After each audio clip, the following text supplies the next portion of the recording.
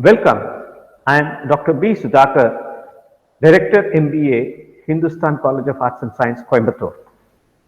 I am presenting an e-content on operations management.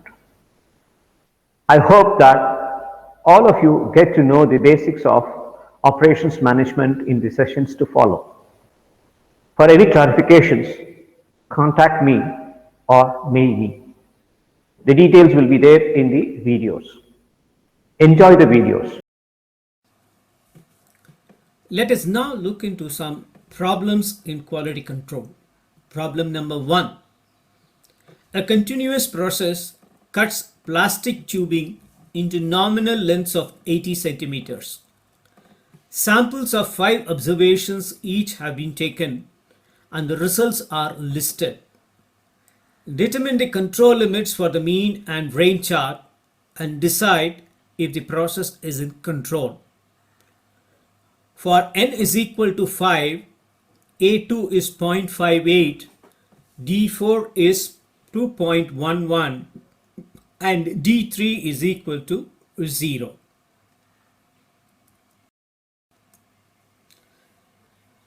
The data is given as shown in this slide. 5 samples of 6 samples are given. You can look at the measurements taken. Based on this, we have to calculate the X bar chart and R bar chart limits, plot the points and determine whether the process is in control or out of control.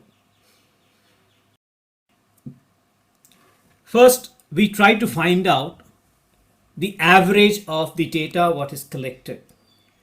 You can see from the table that we calculate the average for the various data which is collected. Then we total them. This is the total of the average. Then we find out the average of the average. So once we find out the average of the average, the X bar value what we get in this problem is 80. Please note it is 80.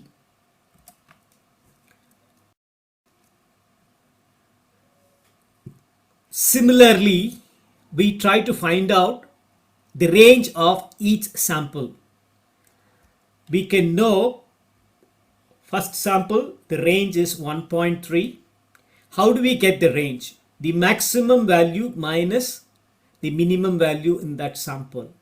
80.6 minus 79.3. That is the value what we get, 1.3. Second sample is 1.2. Third sample 1. Fourth 1. Fifth 1. Sixth 1. This is the total and we find out the average of the range what we have calculated. So this is known as R bar. 1.083 is the R bar.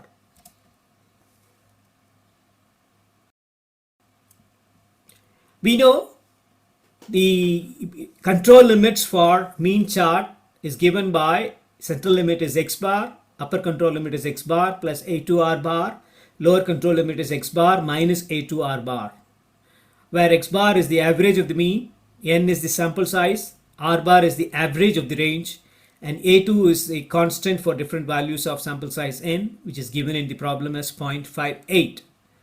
Based on this, we determine the control limits based on the calculations. From the data, we can find out N is equal to 5. The calculated X bar value is 80. A2 is 0.58. R is equal to 1.0833. So the central limit is 80 X bar. The upper control limit is X bar plus A2 R bar. A2 multiplied by R bar. So we get this. And the lower control limit is X bar minus A2 R bar. So we get this value. So the upper control limit, lower control limit and the central limit for the mean chart has been defined. And based on this, the data are plotted. We can see from this graph that all the sample data falls within the upper control limit and the lower control limit for the mean chart, and therefore we say the process is within control as far as the dispersion of the mean is concerned. The range chart. Standard deviation is not known, so we use the second application where the central limit is r bar, upper control limit is r bar into d4, lower control limit is r bar into d3, where n is the sample size, r bar is the average of the range, d3 and d4 are constants for different values of sample size n. Based on this, for the given problem, we calculate the data. N is equal to 5, x bar is 80, r bar is 1.0833, a2 is 0.58. It is given that from the table d4 is 2.11 and d3 is 0. Based on this, we calculate the central limit. The central limit is r bar, which is 1.0833. Upper control limit is d4 r bar, so 1.0833 into 2.11, we get this value. And d3 r bar, 0 into r bar gives 0. So the control limits for this problem has been defined and the data is plotted. Once we plot the data, we find the data falls within the control limits, and we say that the data is within control, the process is within control, the process variability is within control. That is the decision which we are taking based on the results of the application of the control charts. From both the charts, we find the sample data is in control, meaning the quality variations are within the control limits and the variation is random. Thank you. Let us look at problem number 2. An automatic screw machine produces 2-inch hex knots. Using the following sample data where n is equal to 200, construct a control chart for fraction defective using 2 sigma limits. Determine whether the process is in control or not. From the data given, we understand that for fraction defective using 2 sigma limits mean for fraction defective we have to draw p chart, and the sigma limit we have to remember it is 2 sigma limit, not 3 sigma limit. So accordingly the formula for p chart will change. The sample data is as given in the slide. Based on this sample data, we have to calculate the control limits. The formula for calculating the control limits for p chart is as given here. The central limit is p bar, upper control limit is p bar plus 2 into square root of pq divided by n. Lower control limit is equal to p minus 2 into square root of pq divided by n, where p is the proportionate number of defectives in the lot and n is sample size, q is n minus p, where p is equal to total number of defectives in the lot divided by total number of items inspected in the lot. So in this problem, sample size n is 200, p is equal to total number of defectives in the lot. If we calculate, it will be 18. Total number of items inspected, there are 12 samples, each sample has sample size of 200, so it will be 2400. So 18 by 2400 will give you the p value, which is equal to 0.0075.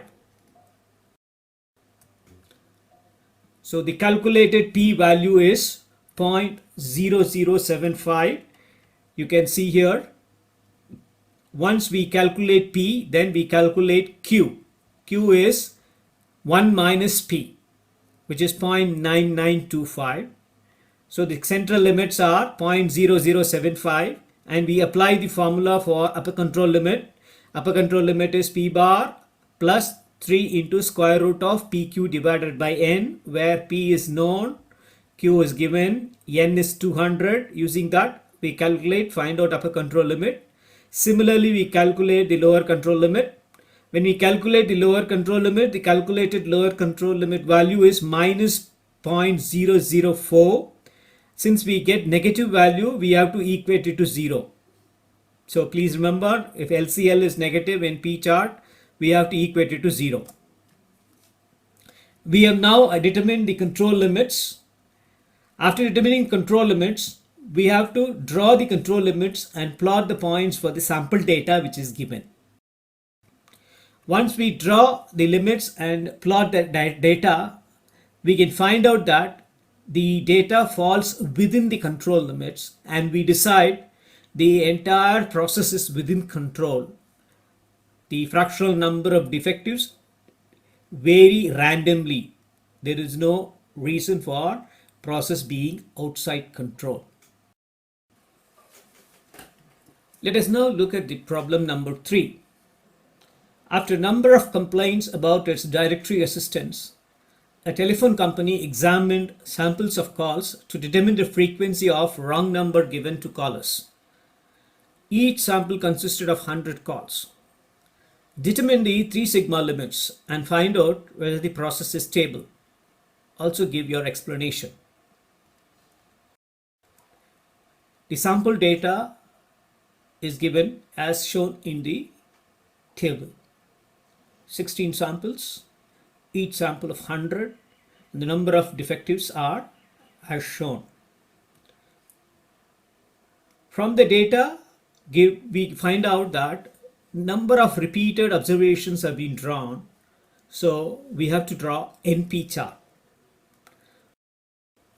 So the control limits for NP chart, as we discussed earlier, central limit is n into p, upper control limit is n into p plus 3 into square root of npq, the lower control limit is np minus 3 into square root of npq, where p is equal to proportionate number of defectives in the lot, n is equal to sample size, and q is equal to 1 minus p. In this problem, n is 100, p is calculated, p is equal to total number of defectives in the lot, which is 87, and total number of items inspected is totally 16 samples each of 100, so 1600, 16 into 100. So 87 divided by 1600 will give you the value for p. So the value for p is 0.054375. Based on this, we can calculate the value for q. Once q is known, then we calculate the central limit, the upper control limit, and the lower control limit. Central limit is n into p, upper control limit is n into p minus 3 into square root of npq. The lower control limit is n into p minus 3 into square root of npq. So appropriately applying the values of p, q, and n in the formula, we will be able to get these control limit values. Once these values are got, we plot the sample data in the control chart as shown in the next slide. So the data is plotted for the sample data what we have got for the control limits, and we see that the process is stable and within control. Thank you.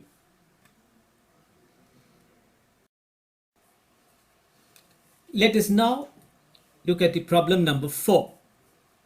Given the following data for the number of defects per spool of cable using 3 sigma limits, decide whether the process is in control. The data given are as shown in the table. From the problem, we understand that the data is given for number of defects per spool. So when it is number of defects per spool, we have to draw C chart. The formula for determining C chart is C chart. The formula for determining the control limits are C, central limit is C bar, upper control limit is C bar plus 3 into square root of C bar, lower control limit is C bar minus 3 into square root of C bar, where C is the average number of defects in the lot. In this problem, the total number of defects is equal to 21. The total number of samples inspected is 14. So C is equal to 21 divided by 14, which is equal to 1.5.